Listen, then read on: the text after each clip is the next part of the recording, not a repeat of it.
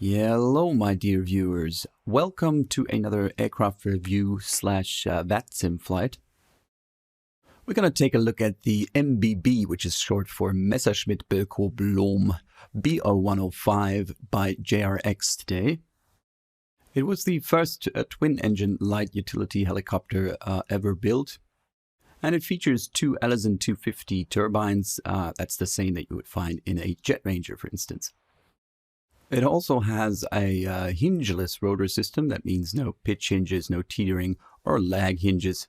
This was quite innovative for its time, introduced in the 1970s, and a lot of the design features of the Bo105 later went into the design and production of the EC135. So the Bo105 is the predecessor of the ever-present EC35 today. Back when I was a kid, this helicopter was also ever present. It was a huge sales hit in the 1970s and 80s. And when I thought helicopter, I thought Bo105. It was widely used as an HEMS aircraft, so Helicopter Emergency Medical Service. It was also used by police and to a smaller extent by the Army. So it was the beginning of December last year when JRX put it on the X-Plane store. And yeah, it was a welcome addition to the already existing helicopter fleet on X-Plane. So let's see how they did. They had a real-life Bo105 pilot on the team, and they recently updated it to version 1.4. I tried out the initial release. I haven't flown the updated version. I only found the aircraft to be a little bit dull on the roll axis. Let's see if that has changed. So this ended up to be a rather long video again, so I decided to split it up into two parts for your convenience. We are currently located at Wildberg Flugplatz, which is a rather small airstrip close to the town of Lindau in Germany. Lindau lies at the Lake Constance, which everyone around here calls Bodensee. We're going to fly the Bo105 over to Zurich Airport today, which should be pretty busy tonight because it's Zurich night on Vatsim. So let's look at the aircraft from the outside. We are in a cold and dark state with the rotor tie-downs all in place. The Bo105 is not considered to be a pretty aircraft by some. I would beg to differ. I kind of like the looks of it. Its rounded nose. Yes, it does look like a shoe, or you could say a brick, but I kind of like it. You also can see the clamshell doors at the back of the helicopter, which was also rather innovative back in the days. It allowed HEMS personnel to load up patients in a convenient way. Another feature that has been ported over to the EC135, which also features the clamshell doors. The overall appearance is very accurate. Of course, I'm no expert on, every nut and bolt of the machine. Notice how JRX, just like in the Gazelle, didn't produce a very shiny aircraft, which sort of makes sense. I mean, the Bo105 as well as the Gazelle are sort of old-timers nowadays, and if you find one, it will look a little aged. You can see the rather large engine exhaust outlets at the rear top of the fuselage. They all still have their covers on them. And the aircraft has a conventional tail rotor, which is pretty high up, but still poses a risk for personnel working at the clamshell doors. So with the EC135, they adopted the fenestrant tail rotor that the Gazelle already had to make operations close to the helicopter a little bit safer. So the overall appearance of the aircraft is very good. Great 3D modeling here. So let's get inside and take a look at the cockpit. The main panel is rather large in this aircraft. There is a ring binder that when you click on it opens up the aircraft menu for you. This is where you should set your fuels and your weights. I recommend pressing the reset button once to avoid conflicts with X-Plane's weight manager. This is where you can also add a lot of stuff to your helicopter, such as floats. You can add the AVI tab or the Reality XP GPS. And we can also remove the tie down. So let's do that. Now you can fly this thing IFR. It certainly has the instruments for it. However, it does not have an autopilot. JRX added an autopilot system, which is sort of experimental at this stage, so you will not find it in the real aircraft, and it could do some weird stuff. Now, one issue that I still have are the throttles. In the initial release, they were assigned to the wing sweep axis. Now they have apparently changed that. However, if I load up the aircraft, the throttles won't move. Reloading the aircraft works, as I just did, but it sometimes messes up with the switches, so you will have the inverters and the generator set to on. Also, it seems that I have to fire up the engine with the throttles assigned to the wing sweep axis, and once I'm at the ground idle, in order to roll on the throttle, I need to change the axis back to throttle. So if some of you experience the same thing, that's what you could try. I think we're about ready to start the aircraft. The overall impression of the cockpit is just as the exterior, quite good. I have already popped out the GPS, which is in a rather inconvenient spot because it blocks out a lot of your pilot view, but it'll work. So I read somewhere that the aircraft is rather comfortable for the pilot and co-pilot, however, not so much for the people in the back seats. You sort of hang over in flight and you have to look through the rooftop window here, so not a very comfortable aircraft to sit in for passengers. Now I followed the quick checklist from the manual by JRX. In the binder you can probably find a more detailed checklist. So let's get going. First thing we need to do, of course, is switch on our battery. And then we're going to test the caution warning lights panel. They work as expected. Transmission oil pressure is low. Generators and inverters are off, and the hydraulic system doesn't work as of yet. There is a mast moment indicator that we're going to test as well. It basically tells us about the bending forces on the rotor mast, I believe, and it is typical for helicopters with hingeless rotor systems. By the way, you need to check on the experimental flight model in X-Plane's general settings, and you should choose a calculation of flight modeling per second of 4. Next thing we are going to do is activate the emergency bus feed, or the essential bus, giving power to the most important instruments. It also switches on the VHF radio if you should be at an airport where you need to request for startup. Attention to detail, a lot of the circuit breakers on the pedestal panel are operable. Now let's go up to the overhead panel and switch on the anti-collision light and all 4 fuel pumps. The Bo105 has a supply tank which supplies engine 1 and 2 with fuel. It's a rather small tank, so there are transfer pumps who transfer fuel from the main tank to the supply tank. So you can probably start the engines by the supply fuel pumps only. However, after a short time you will get a low fuel warning, so we can switch on the transfer pumps as well. Now we're good to start the engines. Maybe we should set the altimeter. You could do that later, of course, but let's quickly check our current weather in Wildberg. Altimeter is 3053 and basically no winds. We have very fine flying weather at the Bodensee right now. Visibility is great. It's a little cold. There's going to be a slight overcast in Zurich, I believe. However, at the cruise level that we are going to fly at, it's going to be no factor. Very nice feature here. You can switch between inches of mercury and hectopascal by clicking on the digits on the altimeter.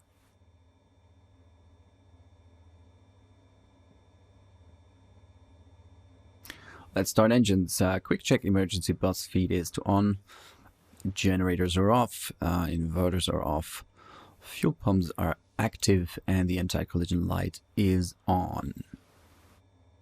To start the engines, you need to access the starters. They are guarded, so just remove the guard.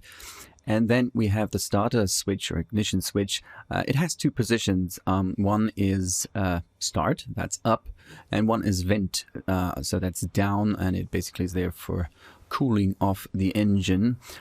So make sure that you put it into the upward position. Once we do that, we can hear the ignition clicking, the engine spooling up. And about 15% on N1, we're going to induce fuel by pushing that little black button on the throttles. Sounds pretty good, pretty convincing. They're a bit loud, however I imagine that is true for the real aircraft as well. Once N2, so the big needle on the RPM gauge, has reached 40%, we can deactivate the starter. And once it reaches 50%, we can switch on the generator. Notice the rise in voltage up there once we start the generator. Don't forget to disengage the rotor brake before engine start. I did just that, but it might have got lost when I was editing the video for the reloading of the aircraft. So let's start engine number 2, same thing, open up the guard, switch ignition to run, so the up position, and once N1 is at 15%, push in the second throttle. Now this sound simply tells you that the RPMs of engine 1 and 2 do not match up. There is a mute button that you can also assign to one of your joystick buttons. Here it will stop by itself once the engine RPM of 1 and 2 are aligned. Switch off starter and close guard once N2 has reached 40%, and activate generator 2 once N2 has reached 50%. We're also going to switch on the inverters and the normal bus feed, so the non-essential bus. I highly appreciate if developers actually model in the functionality of circuit breakers in a helicopter. However, in simming I actually never needed. But these circuit breakers are used for diagnostic purposes, or if you have to deactivate a system to maintain a secure flight in case of some emergency or failure. Now let's quickly punch in our flight plan. We are going to make a few orbits around the old town of Lindau, which is very nice. It's a historic old city located on an island in the Bodensee. After that we are going to proceed west, and we're gonna cross the class Delta of Friedrichshafen Airport. We could fly above it if we climb to 4,500 feet or above. However, I'm lazy and I don't want to do that. But we need to contact ATC for clearance of the transition class Delta. Wildberg airstrip is not in the system of the GPS, so I'm going to punch in the east visual reporting point of Friedrichshafen, which is called Sierra, as a waypoint in first.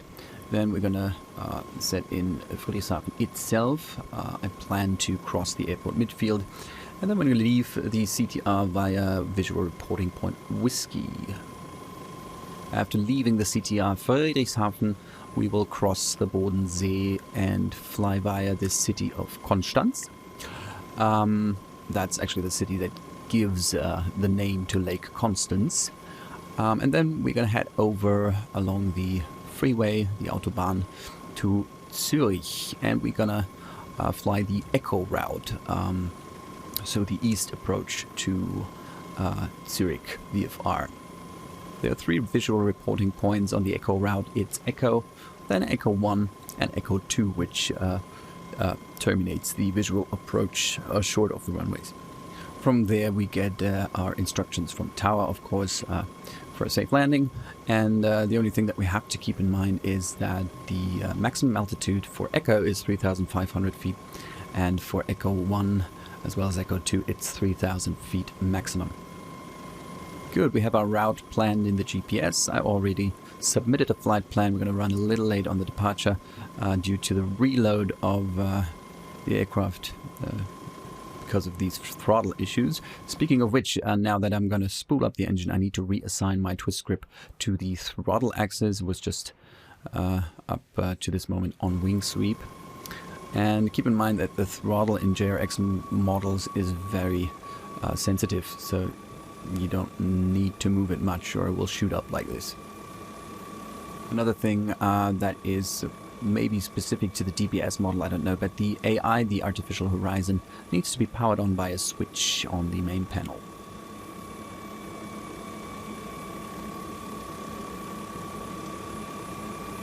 So let's pick it up here real soon and check out how this thing flies. There's a light still on, oil temperature. Maybe we should wait a little bit for this to extinguish. Let's check the overhead panel. We're going to activate the pitot heating. It's quite cold. And close the dew point. And this thing has a lot of, well, this is the continuous ignition switches. And it has a lot of lights. We're going to activate strobe and position lights for our flight. A continuous ignition is usually selected in critical phases of flight if you have jet engines. So during takeoff and landing, should there be a flame out, the igniters will continuously work or ignite, create sparks. So in case of a flame out, the engines can be restarted. I don't know what you really do with them in a Bo105 when you activate them. Maybe some of you guys can enlighten me here. Could also probably read the manual, however. So the click spots of the radios are kind of hard to get. You can see me fiddling around with the ADF here. I'm going to decide to leave it off. I don't need it anyways. The transponder is still set to 1200, which is the VFR code for the US and a lot of other countries around the world. However, in Europe we have 7000 in Germany as well as in Switzerland.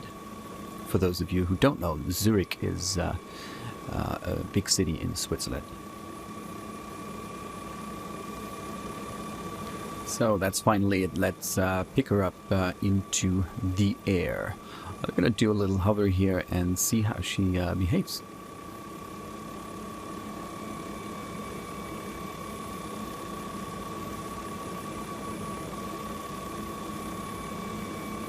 Interestingly enough, pretty sensitive on the pedal here. Just keep it basically centered.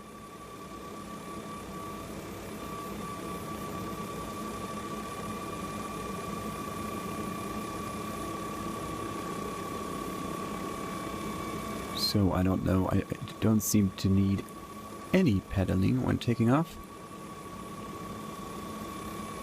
I should probably have put in a little bit more aft cyclic, and we need a little bit more left cyclic. Alright, we're up. Notice that I have basically not to use the pedal at all, just slightly to the left of center. And I'm doing a pedal turn to the left here. That sort of surprises me. Well, first impression, this thing is dead stable. I'm gonna do nothing here for a second with my cyclic. And you can see that it takes a rather long time until the aircraft moves in any direction. So I'd recommend this thing for hover practice. You know, you got plenty of time to do your corrections and it's sort of not easy to lose control of the helicopter.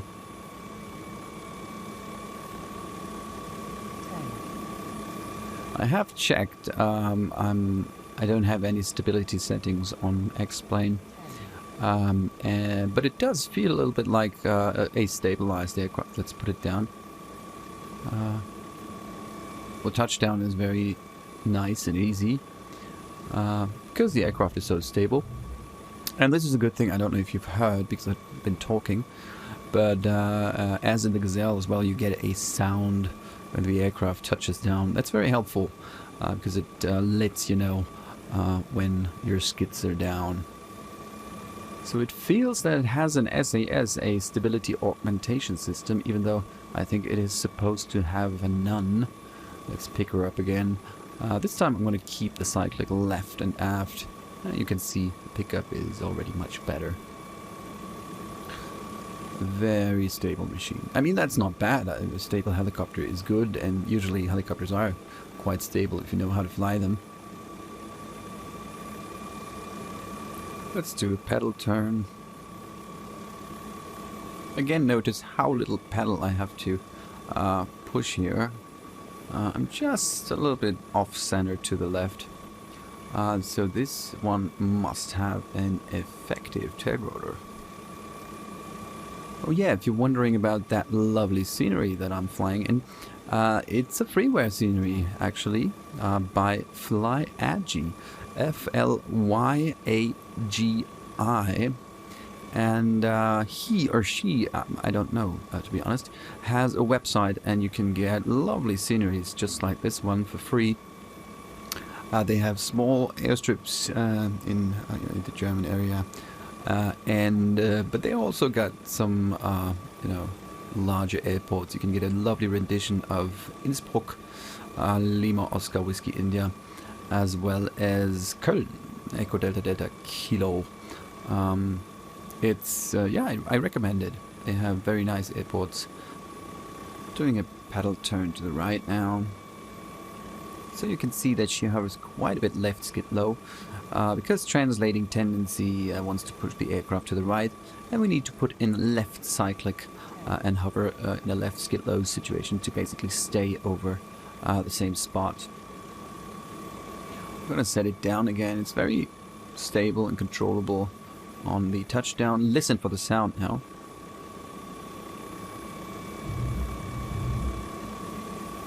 Now that is helpful. I keep the aircraft balanced until I have pushed the collective down completely. So a brief summary of my experience with the update 1.4. It's very stable, it's easy to hover, it's a breeze to lift off touchdown or do pedal turns with. I'm a little surprised about the small input of pedal needed, and it sort of feels like the aircraft is or has an SAS system.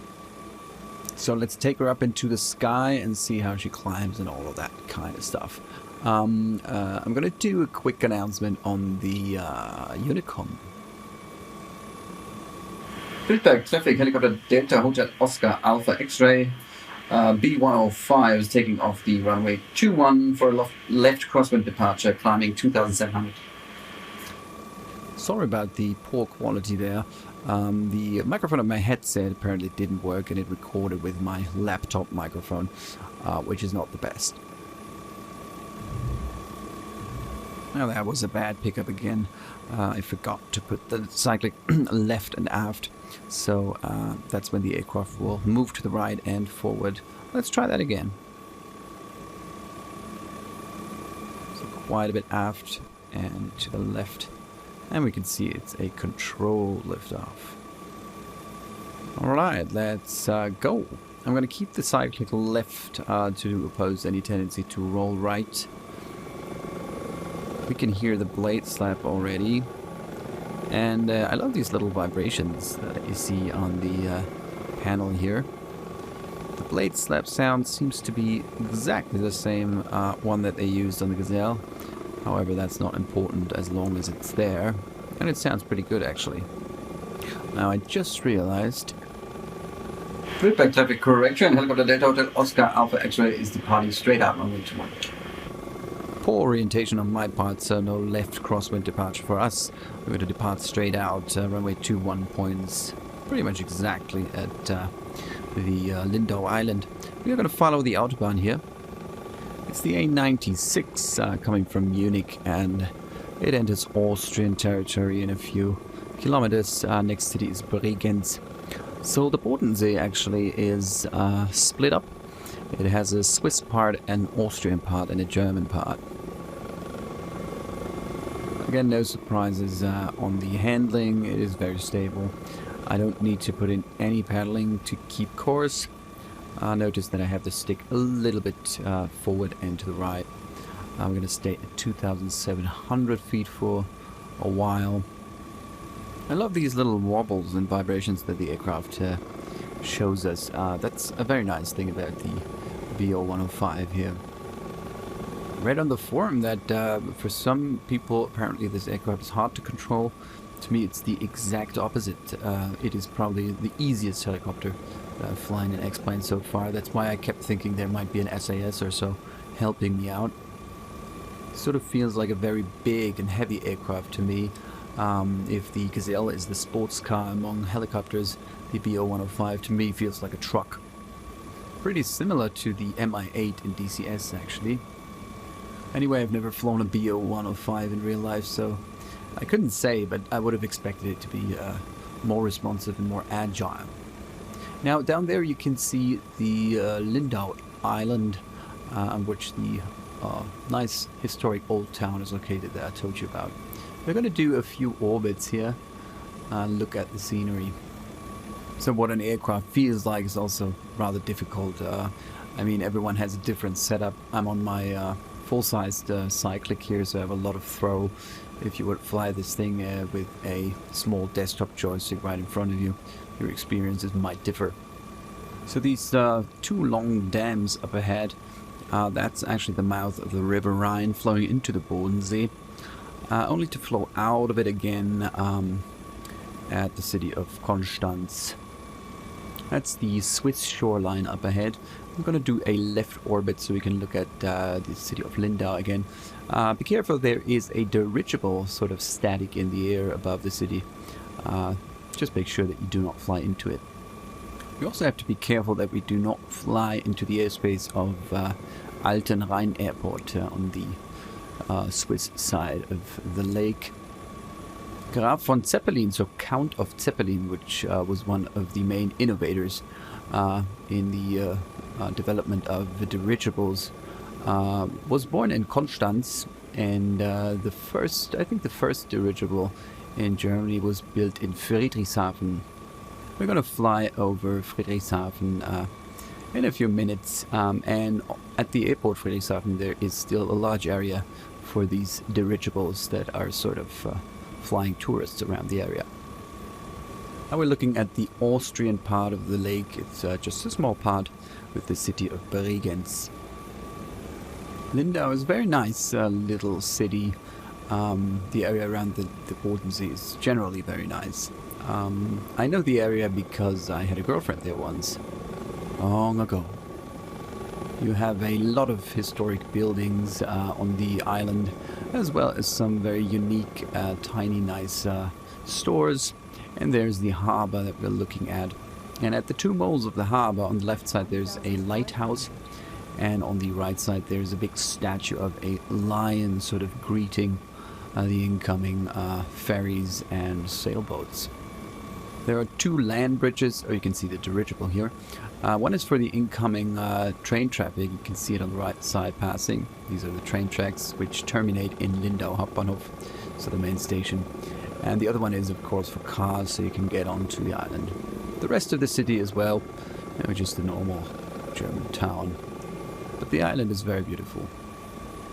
Now let's talk quickly about our planned flight route. We're going to fly westbound along the northern shore of the lake, and there is a Class Delta airspace over the airport of Friedrichshafen that you can either fly over at 4,500 or above, or that you can pass through if you get clearance by ATC.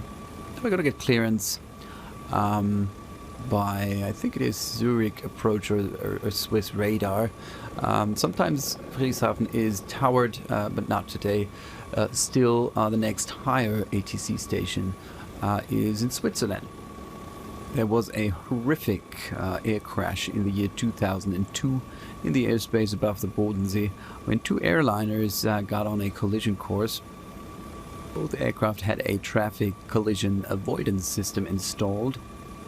However, the only air traffic controller on duty that night gave instructions that were conflicting the resolution advisory of the TCAS systems. And thereby, unfortunately, those two planes crashed.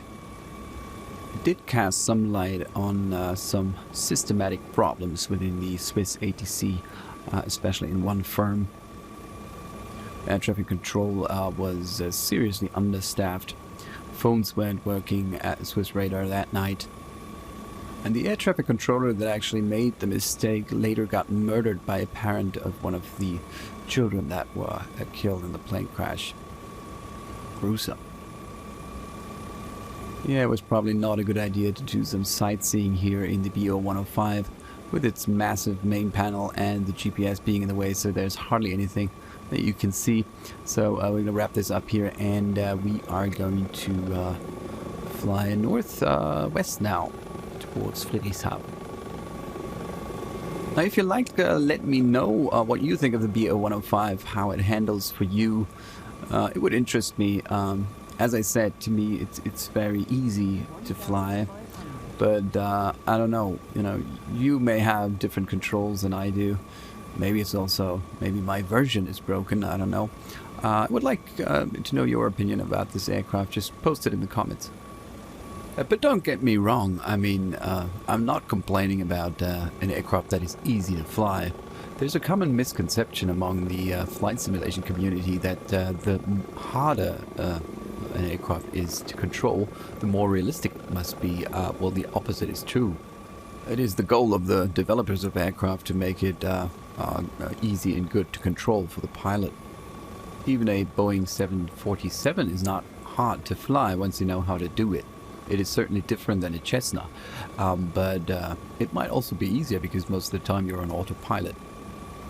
This has also something to do with the thing that I mentioned in one of my other videos. It can be even harder to control an aircraft, especially a helicopter in a sim, because you don't have sensory input that you would have in real life. The sort of spatial awareness, depth perception, perception of speed. These are all things that we lack in a simulation environment.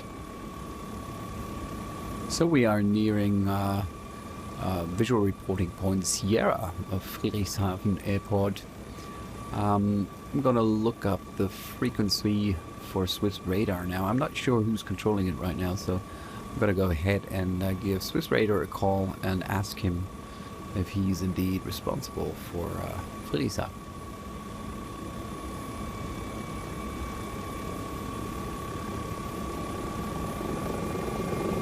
Swiss radar, helicopter Delta Hotel Oscar Alpha X-ray with a question.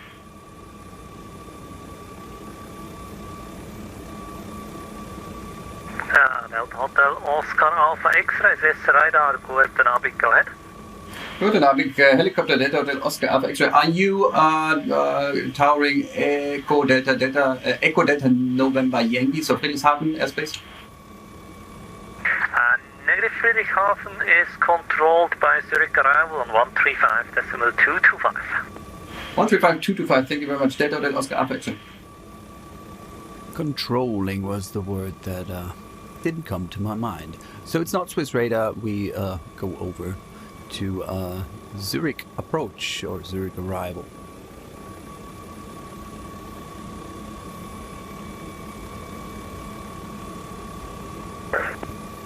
One two five 325, thank you, bye bye, Lufthansa 145. Zurich approach, helicopter Delta Hotel Oscar Alpha X-ray.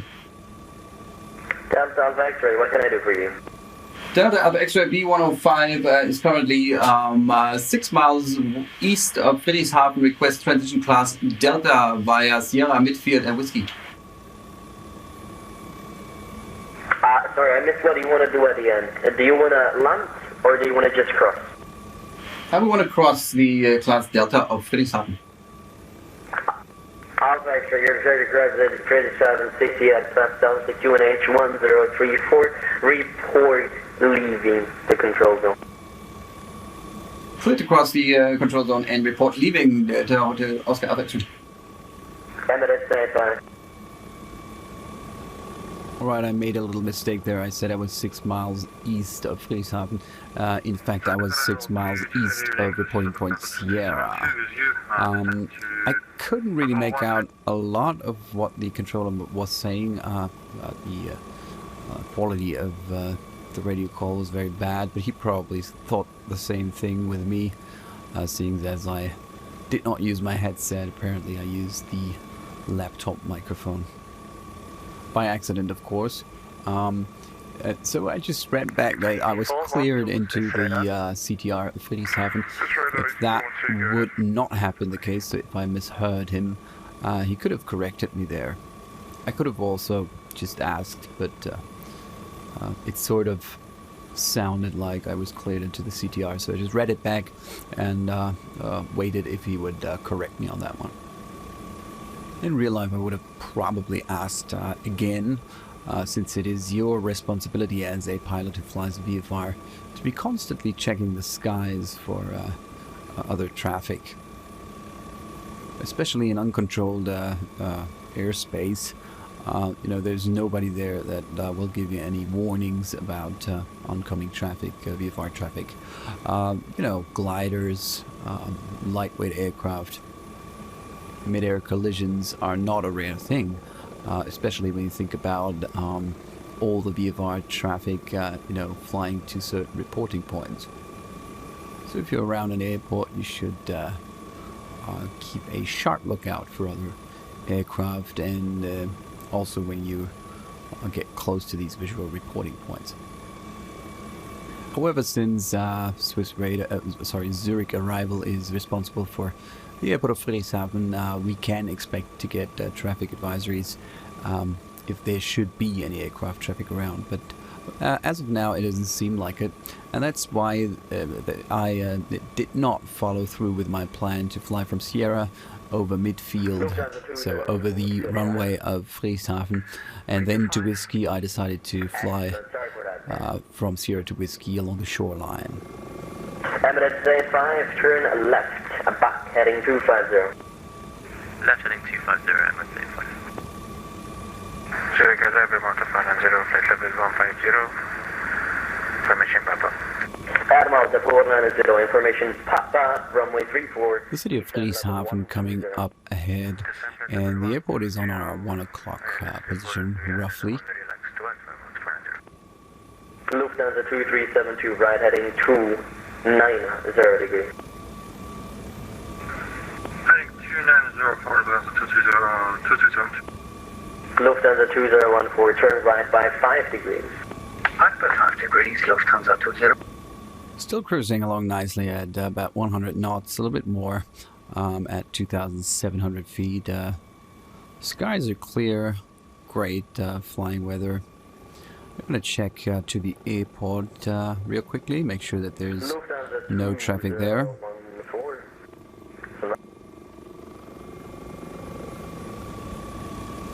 That was broken. Say again for Lufthansa 2014.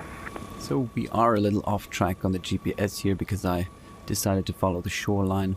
Reporting point Whiskey coming up in a few miles, and from there, after reporting to ATC, of course, we're going to cross the lake southwestbound for the city of Konstanz, and from there we are going to follow a freeway right into Zurich, right into Zürich Airport. That is Zürich Kloten. The airport is a little bit northwest of the city of Zürich, which is sort of nested on the shore of another big lake, which is called Lake Zürich, or Züricher See. Now, the approach for helicopters into Zürich is a little bit different from the approach procedures for aircraft, naturally. You can find the charts of Zürich Airport when you visit the website of the Vatsim Switzerland community. There is a lot of charts that you can download for free. I won't show them to you here because I don't know how the copyright situation is on these charts. They might be old and outdated, but still, they're probably protected. Anyway, hop over to the Switzerland Vatsim page, and you will find a lot of airport charts and diagrams for the airports in Switzerland. Now, if you already should have the VAC chart for Zurich at hand, you can see on the arrival page that after passing Echo 2 and getting our clearance from ADC, we are going to follow the dashed and dotted line for helicopters, aiming straight at the threshold of runway 32. And once we cross a highway, we are turning south and overfly the terminals and make a right turn into the helicopter west area, so the heliport west. That's where we're going today. Whiskey is coming up, visual reporting point Whiskey. I'm going to report that to ATC. Helicopter Delta Hotel Oscar Alpha X-ray cleared the CTR Friedrichshafen via Whiskey, 2,700 feet. Enjoy your flight, sir. See you. Thanks, see you. Emirates 85, turn right by 10 degrees, final coastal only, 125, 325. Right by 10 degrees and 125, 325. Thank you, Emirates 85 Heavy. Alright, that concludes our first part of this little aircraft review slash Vatsim flight tutorial. I hope you enjoyed it. Not too much happening on this leg of the flight. We did a little hover work with the Bo105, and we got got to do a Class Delta transition of the Friedrichshafen airspace. So in the next episode it's going to get a little bit more busy, and I can already tell you that I was in for a little surprise on my approach to Zurich Airport. So stay tuned. I want to hope that you join me on the second part of this flight, and see you around.